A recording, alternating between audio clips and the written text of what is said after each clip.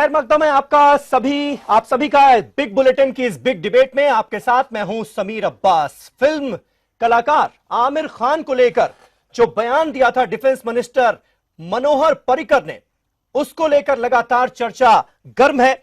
और जिस तरह से आज संसद में हंगामा हुआ, उसके बाद हमने फैसला किया कि आज डिबेट का हमारा बड़ा मुद्दा यही होना चाहिए और इसी मुद्दे पर हम करेंगे डिबेट, क्योंकि तमाम जो विपक्षी पार्टियां हैं, जो ऑपोजिशन है, उसने सरकार को इस मुद्दे पर घेर लिया है कि आखिर एक कलाकार को किस तरह से सबक सिखाया गया और आगे देश की आवाम को अगर वो अपनी बात इस तरीके से रखती है तो उसे किस तरह से सबक सिखाया जाएगा, इसकी धमकी आखिर क्यों दी जा रही है। यह सवाल आज पूछा गया पूरी की पूरी गवर्नमेंट से और पार्लियामेंट में सरकार की तरफ से जवाब देते नहीं बन रहा था।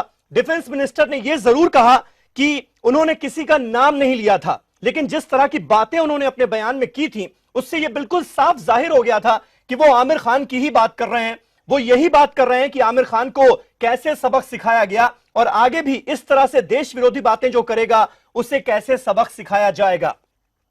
तो यह है हमारी बिग बुलेटिन का, बिग डिबेट का अहम मुद्दा। हम शुरुआत करें इस डिबेट की और अपने तमाम खास मेहमानों से आपका तारुफ कराएं, उससे पहले देखते हैं यह खास रिपोर्ट।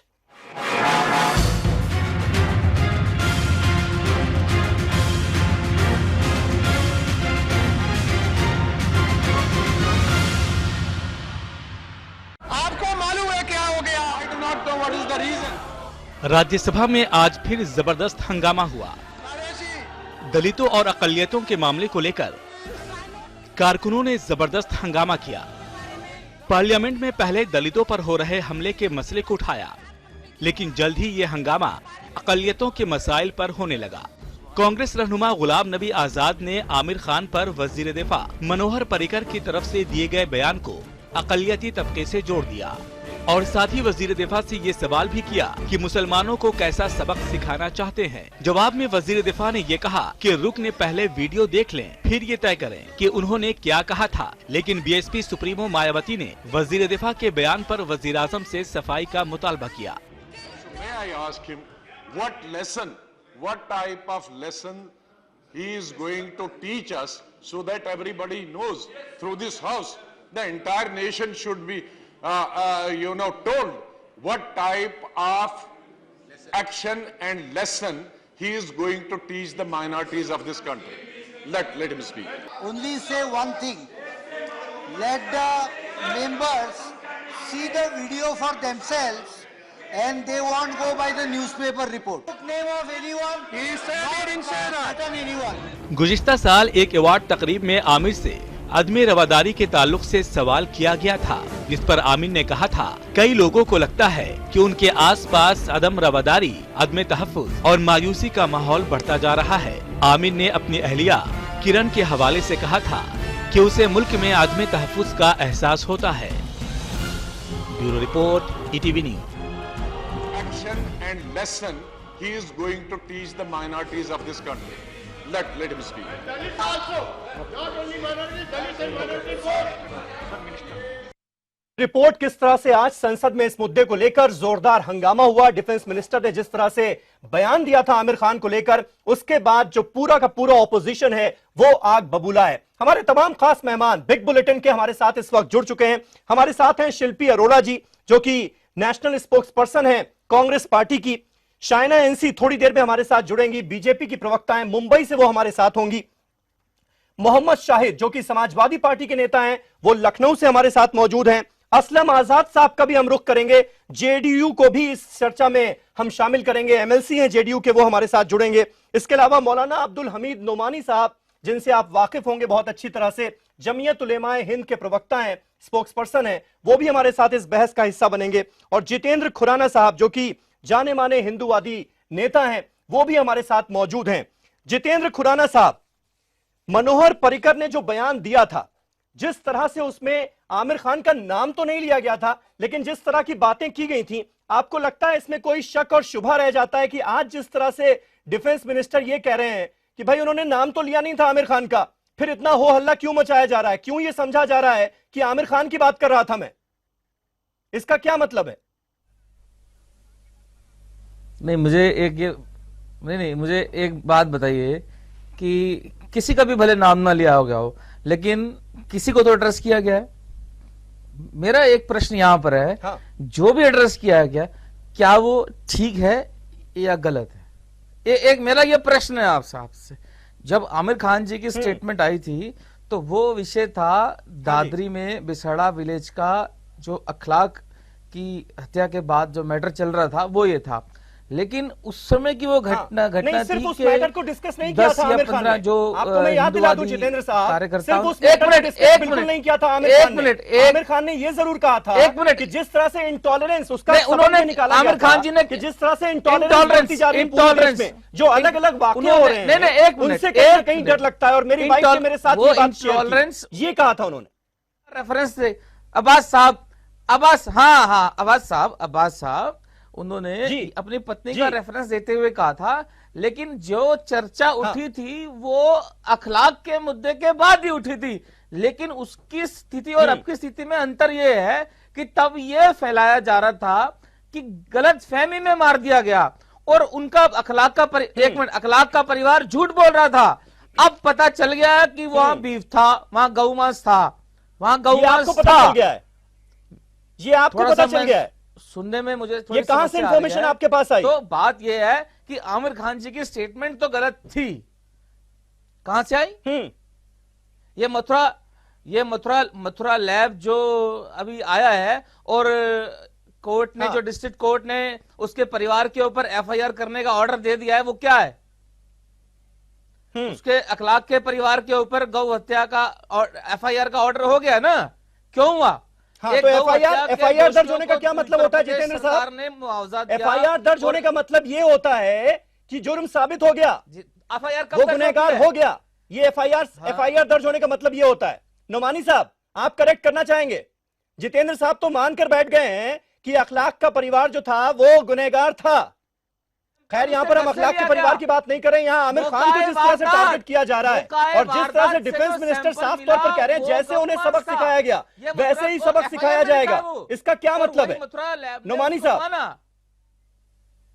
नहीं, देखिए अब्बास साहब, सबक शब्द जो है ना, ये सबक शब्द ये थोड़ा सुनने में एग्रेसिव लगता है, लेकिन सबक शब्द का अर्थ होता है एक बात को।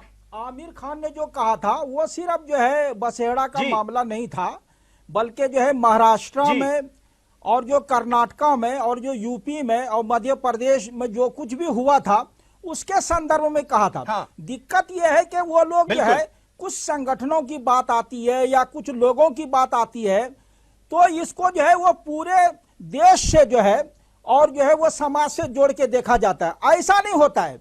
जो लोग ऐसा कर रहे थे, जैसे जो है दाभोलकर का मामला है या अखलाक का मामला है या जो है पानसरे का मामला था, ओवरऑल कॉन्सेप्ट में बात की गई थी, बात थी। और पारीकर साहब को जो है मध्य प्रदेश और जो है गुजरात के संदर्भ में बात करनी चाहिए, जहां जो असहिष्णुता जो फैली हुई है और तशद्दुद जो है तो इसके संदर्भ में बात होनी चाहिए। और जहां तक जो है अखलाक का मामला है तो उसमें तो इसको अभी ये नहीं कह सकते हैं कि जो है जुर्म जो है वो साबित हो गया है। एफआईआर का मतलब ये नहीं होता है कि जुर्म साबित हो गया है तो कुछ भी ये होगा ये मामला। ये जो है ये तो तय है कि अखलाक को जो है वो कत्ल किया गया है और कत्ल करने वाले जो है वो मुजरिम है वो, तो ये तो बिल्कुल तय है। इससे जो है वो कोई फर्क नहीं पड़ता है। वो जो है ये बिल्कुल तहकीक होना है कि ये जो है गोश्त जो है वो कहां से उठा के रखा गया था। पहली रिपोर्ट में बात आई थी, ये मटन है। ये दूसरी रिपोर्ट में कैसे जो है गौ मांस जो है वो सिद्ध कर दिया गया है, साबित कर दिया गया है। तो ये नहीं, और फिर ये भी बात आई कि मथुरा की लैब में जो सैंपल भेजा गया वो अखलाक के घर से मिला हुआ सैंपल नहीं था, वो तो अखलाक के पड़ोस से मिला हुआ सैंपल था। तो उस बातों में हम नहीं जाएं तो अच्छा है। जितेंद्र जी को भी ये समझना चाहिए। बहरहाल शिल्पी अरोड़ा हमारे साथ मौजूद हैं। शिल्पी जी, आज डिफेंस मिनिस्टर ने जो बयान दिया था उसके डिफेंस में उन्होंने सिर्फ इतना कहा कि भाई उन्होंने किसी को टारगेट नहीं किया क्योंकि उन्होंने नाम तो लिया नहीं किसी का। क्या ये बात आपको समझ में आती है, गले उतरती है? और कोई भी इस देश का बाशिंदा ये मानने के लिए तैयार होगा कि डिफेंस मिनिस्टर आमिर खान का जिक्र नहीं कर रहे थे जी, क्योंकि उन्होंने नाम नहीं लिया किसी का। देखिए बहुत ही देखिए, शर्मनाक क्योंकि बयान मामला है जो है वो क्योंकि चर्चा रक्षा में आ मंत्री गया था, वो सिर्फ सबको किसी मालूम है एक वो। वर्ग के और या किसी मुस्लिम को पार्टी जो के है, अकलियत के जो है, पार्टी फर्द के को जो है, रक्षा नुमानी साहब, मंत्री शिल्पी जी को बोलने दें। निशाना बनाया पिछले जाता 2.5 है। साल से ये बिल्कुल तय होता है। साल से अगर आप मुझे बोलने देंगे तो मैं कुछ बोलूंगी। मुझे कंप्लीट करने दीजिए। पिछले 2.5 साल से आप देखेंगे देश में ऐसा नहीं है कि दंगे पहले नहीं होते थे, लेकिन पिछले 2.5 साल में जिस तरीके की बयानबाजी हो रही है, और ये जो एपिसोड दादरी से शुरू होते होते गुजरात के ऊना से लेकर मध्य प्रदेश तक पहुंचा है, तो ये क्या मैसेज देना चाह रहे हैं? ये पूरे देश को गुजरात मॉडल पर चलाना चाह रहे हैं, भाई भाई को आपस में लड़वाना चाह रहे हैं। और जिस तरीके से स्पेशली ना सिर्फ दलितों के साथ बल्कि हमारे मुस्लिम भाइयों के साथ जिस तरीके का माहौल पैदा करा जा रहा है, वो ना सिर्फ किसी प्रदेश के लिए बल्कि पूरे देश के लिए एक बहुत बड़ा खतरा है। आप खुद देखिए कि 4 इनके एमपी, आप या तो अपना स्टैंड ये लोग क्लियर करें कि इनका स्टैंड क्या है। योगी आदित्यनाथ आते हैं, साध्वी ज्योति आती हैं, वो रामजादा और हरामजादा जैसे वर्ड पार्लियामेंट में यूज करती हैं, तो क्यों भाजपा इस पर स्टैंड नहीं लेती है? क्यों उन लोगों को अनपार्लियामेंट्री लैंग्वेज यूज करने के लिए पार्टी से निष्कासित नहीं किया जाता? क्यों अब यूपी चुनाव पास में आ रहे हैं तो इस तरीके के इस अनपार्लियामेंट्री भाषा कह रही हूं मैं, अनपार्लियामेंट्री भाषा यूज कर रहे हैं आपके गिरिराज किशोर जी यूज कर रहे हैं, साध्वी ज्योति यूज कर रही हैं, आपके और नेता योगी आदित्यनाथ यूज कर रहे हैं, साक्षी महाराज यूज कर रहे हैं। अनपार्लियामेंट्री भाषा आप लोग इस्तेमाल कर रहे हैं। अब यूपी चुनाव सर पे हैं, देश में और कई चुनाव हैं, क्यों ये गुजरात मॉडल पूरे देश में इंपोज किया जा रहा है? और क्यों प्राइम मिनिस्टर इस बात पर कोई जवाब क्यों नहीं देते, कोई क्लैरिफिकेशन क्यों नहीं देते? गुजरात में इतना बड़ा आप दलितों के साथ अत्याचार कर रहे हैं, आपकी पार्टी के उपाध्यक्ष हम एक दलित इतनी बड़ी राजनेता के ऊपर इस तरीके का कमेंट करते हैं और आप दोगला अपना रिफ्लेक्शन देते हैं और आप उसके साथ में परिवार एफआईआर मुद्दे पर उसके परिवार के साथ खड़े हो जाते हैं। पार्टी के नेता हैं, लखनऊ से हमारे साथ मौजूद हैं। शाहिद साहब, आज राम गोपाल यादव ने संसद में यह कहा कि भाई किस तरह का पाठ हमें पढ़ाने की बात कर रहे हैं और ये सीधे सीधे अल्पसंख्यकों को धमकाने का काम किया जा रहा है सरकार की तरफ से और डिफेंस मिनिस्टर की तरफ से। आप भी कहीं वोट बटोरने के चक्कर में पूरी की पूरी एक कौम को टारगेट तो नहीं कर रहे हैं? क्योंकि जहां तक उनके बयान का सवाल है, वो सीधे सीधे आमिर खान को टारगेट करते हुए तो नजर आते हैं, वो ये बताते हुए नजर आते हैं कि कैसे उन्हें सबक सिखाया गया, लेकिन पूरे अल्पसंख्यक समाज को ले आना और कहा जाना कि सरकार जो है वो पूरे अल्पसंख्यक समाज में एक डर का वातावरण बनाना चाहती है, ये बात कैसे जायज है?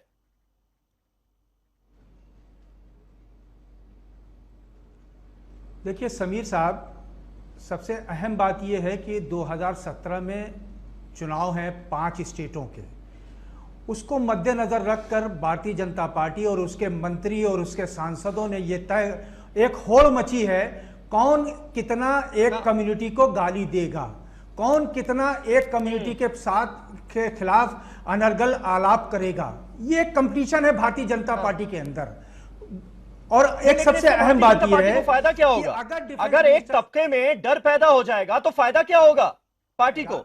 अगर वो बेहतर होता ये कहते कि चाइना को सबक हम सिखाएंगे। प्रधानमंत्री ने कहा, प्रधानमंत्री जी ने देश के कहा था कि 56 इंच का सीना आप चाइना को दिखाते, चाइना को सबक सिखाने की बात करते, तब तो एक मानते। आपने किसी तरह की जिस तरह से, और अभी तो सबसे ज्यादा पाकिस्तान को सबक सिखाए जाने की जरूरत है, उनको रोकने के लिए सबक सिखाने की बात करते तब तो। मगर सबसे अहम बात यह है कि कहीं ना कहीं भारतीय जनता पार्टी और उसके नेताओं ने जो 2017 में चुनाव है हिंदुस्तान के 5 स्टेटों में, उसको रखकर ये चुनाव की बयानबाजी है कि एक कम्युनिटी के खिलाफ इस तरह का बयानबाजी दो जिससे एक जो भाईचारा हिंदुस्तान का है, जो गंगा जमनी तहजीब का जो गहवारा है हिंदुस्तान, उसको तोड़ने का जो कोशिश भारतीय जनता पार्टी कर रही है, ये इस मंसूबे में कामयाब नहीं होंगे। ये देश की जनता इनको सबक सिखाएगी अपने बैलेट का प्रयोग करके। देखिए डिफेंस मिनिस्टर के मुंह से इस तरह का नहीं, अब डिफेंस मिनिस्टर साहब के मुंह से इस तरह का बयान नहीं अच्छा लगता है। वो देश के 125 करोड़ लोगों को रिप्रेजेंट कर रहे हैं और दुनिया में वो हमारी देश की क्या इमेज जाएगी, दुनिया के लोग क्या सोचेंगे, ये सोच के बयान इन्होंने दिया कि उनको मैंने सबक सिखाया, हमारे लोगों ने सबक सिखाया। किन लोगों ने सबक सिखाया और किसको सबक सिखाया? टॉलरेंस और इनटॉलरेंस की बात जिसने भी करी, आपने उसको सबक सिखाने का जो कोशिश करी, तो आप एक कम्युनिटी को टारगेट कर रहे हैं देश में।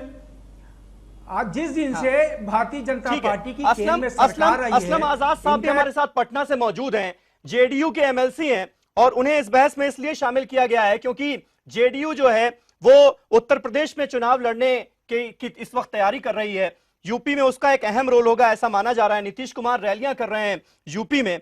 असलम आजाद साहब, आपसे जानना चाहेंगे, जिस बात का जिक्र अभी यहां पर किया जा रहा था बहस के दौरान कि भाई जो पूरी की पूरी पार्टी है बीजेपी, वो टारगेट कर रही है एक कम्युनिटी को, उस कम्युनिटी में डर पैदा करने की कोशिश की जा रही है।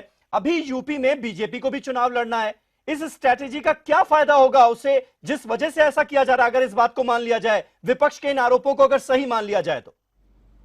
अरे उन लोगों को चुप तो रहे, बीच में बहुत डिस्टर्बेंस है, वो तुम्हारे स्टाफ के लोग। देखिए, बीजेपी के लोग जिस तरह के बयानात दे रहे हैं, मैं समझता हूं कि मुसलमानों में डर पैदा नहीं हो रहा है।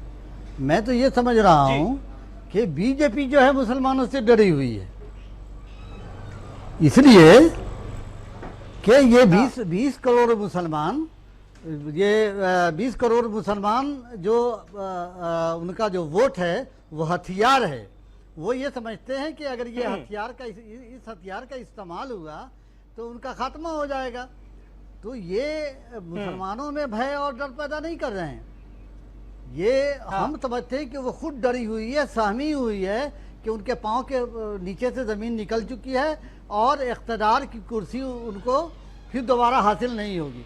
इसलिए ये वो लोग हैं जो मुसलमानों से वफादारी चाहते हैं। मैं ये समझता हूं नहीं, असलम आजाद साहब, पूरा का पूरा ऑपोजिशन, पूरी की पूरी जो ऑपोजिशन पार्टीज हैं वो सिर्फ मुसलमानों तक ही सेंट्रलाइज क्यों कर रही हैं इस डिबेट को, मैं ये भी जानना चाह रहा हूं। क्योंकि आमिर खान ने जो बातें की थी वो बहुत बड़ी बातें थी। वो जो इंटॉलरेंस बढ़ता जा रहा है इस देश में, जिस तरह से हम किसी की सुनने के आदी नहीं रह गए हैं, किसी की कुछ सहने के आदी नहीं रह गए हैं, उन्होंने वो तमाम मुद्दे उठाए थे। सिर्फ आप इस लिहाज से इसे क्यों देख रहे हैं क्योंकि आमिर खान मुसलमान थे और डिफेंस मिनिस्टर ने उनके खिलाफ बयान दे दिया तो ये पूरी कौम के खिलाफ बयान हो गया, ऐसा क्यों?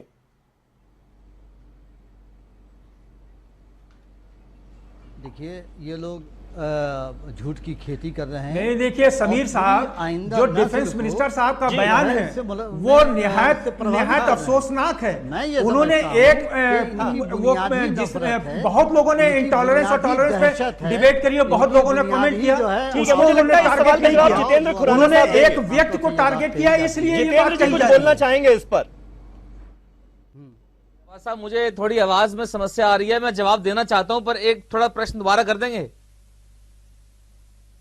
मैंने कहा जितेंद्र खुराना साहब, क्या इस सवाल का आप जवाब देना चाहेंगे? क्योंकि ऑपोजिशन पार्टीज जो हैं वो इस पूरे मुद्दे को, डिफेंस मिनिस्टर ने भले ही आमिर खान को लेकर बयान दिया हो, ये तो मैं मान रहा हूं कि आमिर खान को लेकर उन्होंने बयान दिया, लेकिन आमिर खान क्योंकि मुसलमान है इसलिए पूरे उनके बयान को एक कौम से लेकर देखा जा रहा है। ऑपोजिशन ये बताने की कोशिश कर रही है इस देश को कि एक कौम को टारगेट किया जा रहा है और उसी के खिलाफ बयानबाजियां की जा रही हैं, उसी को धमकाया जा रहा है, उस कौम के अंदर डर पैदा करने की कोशिश की जा रही है। ये बात कितनी सही है? क्योंकि जो बयान था वो तो आमिर खान को लेकर था, ना कि किसी कौम के खिलाफ। ये बात आपने जो बात कही है, मैं आपकी बात से पूरी तरह सहमत हूं। ये मैनिपुलेशन जो है राजनीतिक जल अपने लाभ के लिए करते हैं और हमारा जो एक अखंड भारत है उसके अलग अलग सेगमेंट्स को अपने लाभ के लिए यूज करते हैं, दुर्भाग्यपूर्ण है। मुस्लिम समाज, अगर मुस्लिम खान को मुस्लिम समाज को एड्रेस करके वो बात कर रहे हैं तो मेरा निवेदन मुस्लिम धार्मिक प्रतिनिधियों से है, मुस्लिम नेताओं से है, कि आपके रिफॉर्मर से है कि इसका आपके तरफ से खंडन आना चाहिए कि पूरे भारत के मुसलमानों के लिए ये नहीं है। भारत के जो भारत का हर किसी भी धर्म मजहब का हो, वो सब भारतीय हैं पहले और सभी बराबर हैं। अरे जितेंद्र साहब, लेकिन अगर आज इस तरह की बातें हो रही हैं इस देश में, इस मुल्क में, तो उसके लिए कहीं ना कहीं जिम्मेदार आप जैसे लोग भी हैं ना, जो थोड़ी थोड़ी बातों पर कोई कुछ भी कह दे, आप ये साबित कर देते हैं कि ये नेशनल है, ये एंटी नेशनल है। देशभक्ति का सर्टिफिकेट बांटा जाने लगा इस देश में, तो होगा क्या? अब्बास साहब, बात क्या है, बात क्या है, ये शुरुआत इसकी बहुत पहले हुई थी, नए भक्तों ने एक परिभाषा तय करी है देश में, नए भक्तों ने एक परिभाषा तय करी है देश में कि जो बीजेपी की बात करे, जो आरएसएस की बात करे, जो बजरंग दल की बात करे, जो विश्व हिंदू परिषद की बात करे, वो भक्त हैं, और जो इनकी बात ना करे वो देशद्रोही हैं। ये एक नया पैमाना इन्होंने छेड़ा है। ये सबसे दुर्भाग्यपूर्ण इतिहास में घटना घटी है। तो माननीय जो पूर्व प्रधानमंत्री है मनमोहन सिंह जी ने जो बात कही, ये अब देखा जाए तो वो बात पूरे के पूरे बहुसंख्यक समाज को और दूसरे अल्पसंख्यक समाज को भी सप्रेस करती हुई बात थी, ये सप्रेस करती हुई बात थी। अगर आज तक उन्होंने ये क्षमा नहीं मांगी, और आपको बताऊं मेरे ख्याल से 9 दिसंबर 2006 को बोला था, उस दिन सुश्री सोनिया गांधी जी का जन्मदिन था, तो जन्मदिन में ऐसे गिफ्ट देने का प्रयास कर रहे थे क्या वो? पहले तो श्री पूर्व प्रधानमंत्री माफी मांगे, पूरी कांग्रेस माफी मांगे, और धर्म के आधार पर राजनीति समाप्त हो, संप्रदायों के आधार पर भी समाप्त हो। कहां ले जा रहे हैं आप डिबेट को? कहां ले जा रहे हैं? गरीब और अमीर की राजनीति किस डायरेक्शन में ले जा रहे हैं? शोर है यार। आप भाइयों को लड़वाने की राजनीति कर रहे हैं। आज अमेरिका में विदेश मंत्रालय के प्रवक्ता कुछ बयान दिया, किसी ने कुछ बयान दिया, उसके बाद उसे जिस तरह से एंटी नेशनल साबित करने की होड़ मच जाती है। अगर किसी ने सरकार के खिलाफ बोल दिया तो वो एंटी नेशनल कैसे हो गया? सरकारों पर तो सवाल लगातार उठाए जाते रहे हैं और जाते रहेंगे। अगर कोई सरकार के खिलाफ बोल रहा है, एक पार्टी के खिलाफ बोल रहा है, तो वो एंटी नेशनल कैसे हो गया? शिल्पी जी, कि भगवान राम हुए ही नहीं, आपको क्या अधिकार है ये कहने का? पहले उसके लिए माफी मांगिए पूरे भारत से, पूरे सारे हिंदू समाज से, सबसे माफी मांगिए आप, फिर कुछ बोलने के लिए आप इस बात को कहिए कि भगवान राम के बारे में। एक जना बोलेगा, दूसरा उस पे खंडन नहीं करेगा। रणनीति है, चुनाव का सीजन आ रहा है, ये तो मैं आवाम को सैल्यूट करना चाहूंगी, बधाई देना चाहूंगी कि इनका इतने भड़काने के बाद भी गुजरात मॉडल को ये देश नहीं अपना रहा है। मैं कहता हूं गुजरात मॉडल को ये देश नहीं अपना रहा है, सब देख रहे हैं। ये अखलाक बहुत समझदार है किया गया, और अखलाक का परिवार वोटों की राजनीति के लिए जो आप देश को लड़वाने अरे वाले जितेंद्र जी, अखलाक का परिवार यहाँ पर मुद्दा नहीं है, अखलाक का परिवार यहाँ पर मुद्दा है ही नहीं। डिफेंस मिनिस्टर ने एक एक्टर को लेकर, जिसने अपने दिल की बात दुनिया के सामने रखी, देश के सामने रखी, उसको लेकर जिस तरह से सबक सिखाए जाने की बात की है, मुद्दा वो है। वो क्या सही था आपके हिसाब से, आपकी नजर में? क्यों बोला था?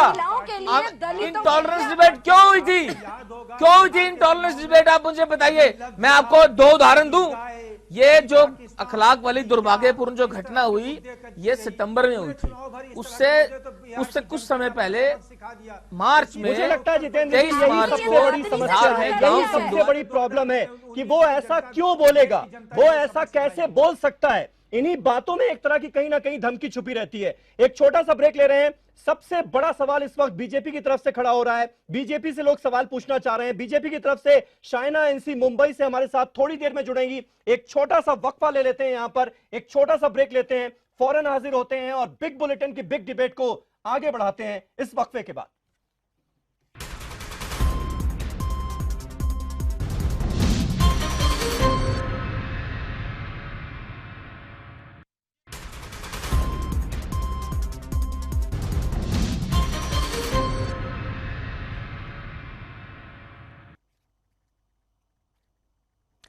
बिग बुलेटिन की बिग डिबेट में आपका एक बार फिर खैर मकदम है। हमारे तमाम खास मेहमान लगातार हमारे साथ बने हुए हैं। मुद्दा आज का यह है कि डिफेंस मिनिस्टर ने जिस तरह से आमिर खान को लेकर एक बयान दिया और कहा गया कि जिस तरह से उन्हें सबक सिखाया गया, वैसे ही अगर कोई देश विरोधी बातें करता है, एंटी नेशनल बातें करता है, तो उसे सबक सिखाया जाएगा। हमारे तमाम खास मेहमान हमारे साथ बने हुए हैं और बीजेपी की national spokes person Shaina NC Mumbai से इस वक्त हमारे साथ जुड़ गई हैं।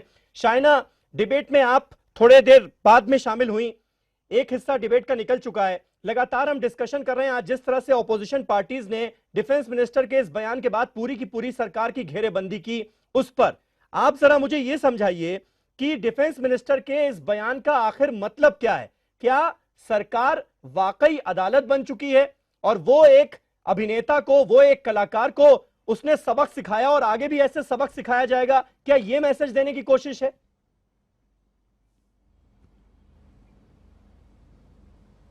सबसे पहले मैं 2 चीज कहना चाहती हूँ। हमारे रक्षा मंत्री ने कहीं भी आमिर खान का नाम नहीं लिया, कोई सुनी नहीं, आमिर खान का उसमें आवाजें नाम चल रही न लेते हुए। अरे भाई आप लोग स्टाफ के लोग थोड़ा खामोश रहिए भाई। बहुत पढ़े देखे, उन्होंने एक ही विनंती की है सबसे कि आप शुक्रिया ये पूरा जो पूना में जो स्पीच था शुरुआत से एंड तक आप सुन लीजिएगा। जहां आप सुनेंगे तब आपको पता चलेगा कि रेफरेंस टू कॉन्टेक्स्ट क्या है और कितने सारे उदाहरण उन्होंने दिए। शायना जी, मुझे लगता है कि हमें बहुत ईमानदारी से इस बात को स्वीकार लेना चाहिए, इस बात को एक्सेप्ट कर लेना चाहिए कि वो आमिर खान का ही जिक्र कर रहे थे। जिस तरह से वो कहते हैं कि उनकी वाइफ ने, एक एक्टर की वाइफ ने उन्हें देश छोड़ने की बात करी और जिस तरह से हमने उनको सबक सिखाया, वो एक ऑनलाइन कंपनी है उसका भी जिक्र करते हैं। मुझे लगता है आपको कम से कम ये बात तो पूरी ईमानदारी के साथ मानना चाहिए कि वो जिक्र तो आमिर खान का ही कर रहे थे। वहां आपने टिप्पणी जरूर की और मैं वर्बटिम उनका जो बयान है वो आपको पढ़ के दिखाना चाहती हूँ, जहां वो कहते हैं when this actor did this, the company for which he was advertising was an online trading company. Many people broke relations with that company. Many people quit from the lease and some oversmart people ordered and sent them back. There was a team which was working on this. They were telling people. Shaina जी वो ये भी कहते हैं ऐसे किसी भी शख्स को सबक सिखाया जाना चाहिए जैसे कि एक अभिनेता को सिखाया गया। और ये हम और आप बहुत अच्छी तरह से जानते हैं। इसको लेकर पूरे देश में चर्चा हुई कि आमिर खान ने जिस तरह से इंटॉलरेंस को लेकर इतना बड़ा बयान दे दिया, उसके बाद एक पार्टी के लोग उनके पीछे पड़ गए, सोशल मीडिया पर उनको जमकर कोसा जाने लगा और उसके बाद वो उस ऑनलाइन कंपनी से अलग हो जाते हैं। सरकार का वो भी एक ऐड करते हैं, एक सरकार की योजना का, उससे भी उन्हें अलग कर दिया जाता है, सबक सिखा दिया जाता है। ये तो हर कोई जानता है ना। वो फंडामेंटल राइट है, जहां कोई व्यक्ति कुछ कहे तो किसी और को भी सुनने का सब्र करना चाहिए। और उन्होंने कुछ गलत नहीं कहा, आपने शुरुआत से सुना तो आपको समझ में आता कि कितने सारे उदाहरण उन्होंने दिए। और ये जो कट पेस्ट करते हैं लगातार, तो मुझे लगता है कि कहीं ना कहीं मिसअंडरस्टैंडिंग्स इससे नोमानी साहब, इसका जवाब देना चाहेंगे आप? शायना एनसी कह रही है आमिर खान का तो जिक्र ही नहीं किया उन्होंने, लेकिन क्या यह बात सही है कि इस देश का डिफेंस मिनिस्टर यह कहे कि जिस तरह से उस एक्टर को सबक सिखाया गया वैसे ही सिखाया जाएगा दूसरे भी एंटी नेशनल लोगों को?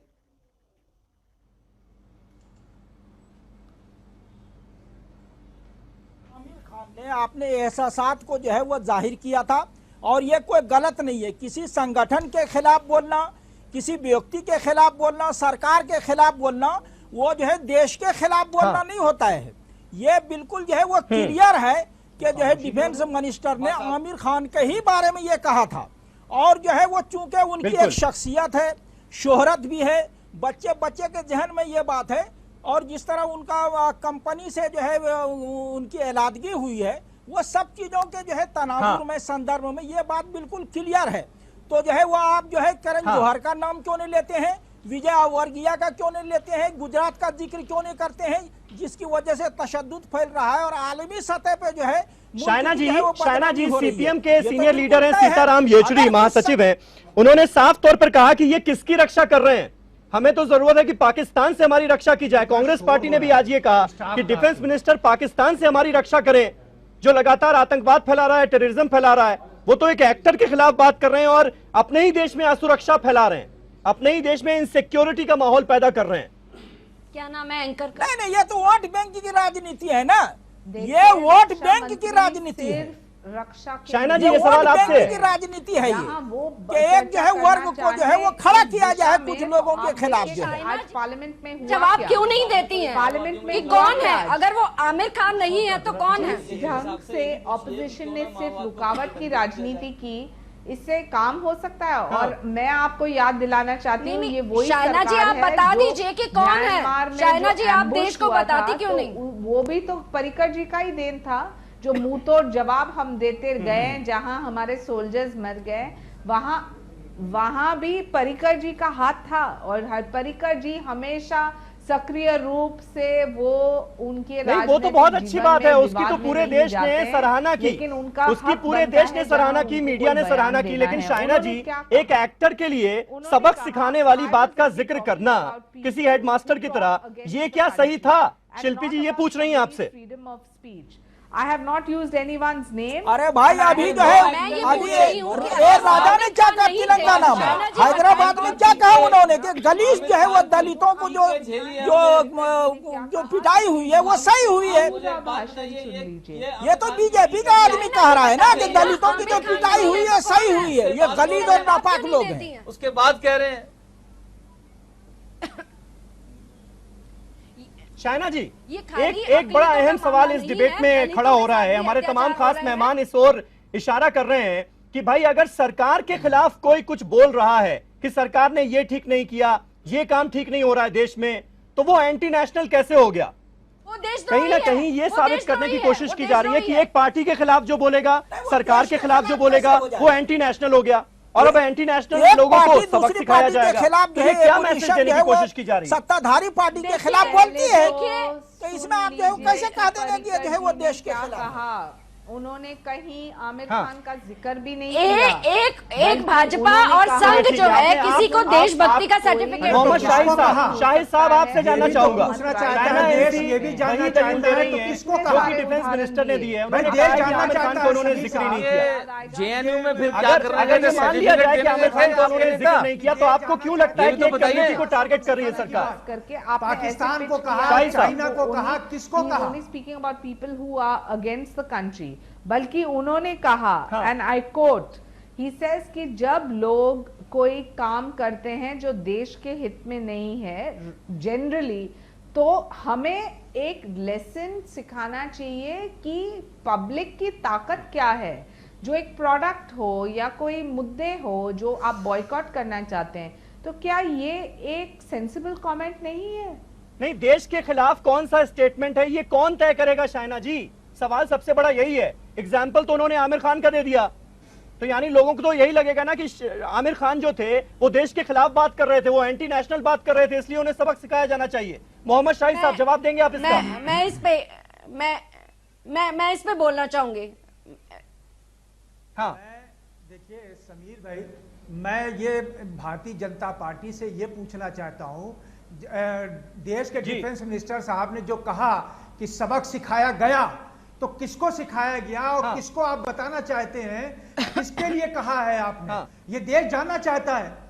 आपको याद होगा समीर साहब कि बिहार में जब चुनाव हो रहा था तो इसी तरह इन्होंने लव जिहाद, कभी गाय, कभी कुछ, कभी कुछ, जो देश में रहेगा, जो देश में जो पाकिस्तान की बात करेगा वो पाकिस्तान चला जाए, जो बड़े का मीट खाएगा वो पाकिस्तान चला जाए, इस तरह के बयानबाजी। देखिए भारतीय जनता पार्टी की यह सोची समझी साजिश है कि इस तरह का बयान दो, इस देश में हिंदू मुसलमान का और जो ध्रुवीकरण का माहौल है उसको पैदा करने की कोशिश की जा रही है। इससे और ज्यादा देखिए इसको, इसमें किसी तरह की सफाई को भारतीय जनता पार्टी की नहीं मानना चाहिए। इस तरह के बयानबाजी ये लोग, इन लोगों में भारतीय जनता पार्टी में समीर जी मैं बोलना चाहूंगी बयान देने की कि कौन कितना बयान चढ़-बढ़ के देगा एक कम्युनिटी के खिलाफ। शिल्पी जी बोलिए। इस देश शिल्पी जी, रणदीप सुरजेवाला का भी आज एक बयान आया, उन्होंने साफ तौर पर यह कहा कि पर्रिकर का जो बयान है वो दलितों और अल्पसंख्यकों के खिलाफ साजिश का पर्दाफाश करता है। तो कहीं आप लोग भी कहीं बढ़ा चढ़ाकर तो चीजों को पेश करने की कोशिश नहीं कर रहे हैं? कहीं आप लोग भी उस हिसाब का हिस्सा तो नहीं बन रहे हैं जिसमें कम्युनिटी को टारगेट करके उसको डराया जाता है? समीर जी, इसमें गौरक्षा और बीफ तो बहाना है, इलेक्शन निशाना है। ये इलेक्शन के लिए ध्रुवीकरण की राजनीति चल रही है और जिस तरह से जो काम 70 साल में नहीं हुए, सैया भाई कोतवाल तो डर काहे का? जब कोतवाल इनके मोदी जी बैठे हुए हैं तो इनको किसी का कोई डर नहीं है। ये असुरक्षा का माहौल पूरे देश में फैलाना चाहते हैं, लोगों को बांट रहे हैं, आपस में लड़वा रहे हैं, चाहे वो दलित हो या मुस्लिम वर्ग हो, उनको डराया धमकाया जा रहा है और लोगों को बांटने की राजनीति हो रही है। ये सब कुछ अगले 5 राज्यों में चुनावों के मद्देनजर किया जा रहा है। लेकिन अब देश की जनता इतनी बहुत समझदार है और व्हाट्सएप और सारे सोशल मीडिया से इतने अवेयर हैं कि इस तरीके के बहकावे में किसी भी कीमत पर नहीं आएंगे। भाजपा भी ठीक है। असलम आजाद साहब, क्या आप भी इस बात से इत्तेफाक रखते हैं? कांग्रेस पार्टी ने आज जिस बात का जिक्र किया कि दरअसल ये सब कुछ साजिशन किया जा रहा है और अल्पसंख्यकों को टारगेट किया जा रहा है, ये अपने आप में देखा जाए तो बहुत बड़ा बयान है। क्या इससे आपकी पार्टी भी इत्तेफाक रखती है?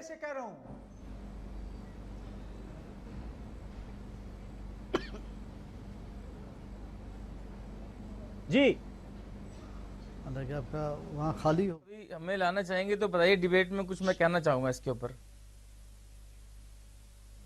शायना जी जवाब देना चाहेंगी? जी हाँ, पूछिए सवाल।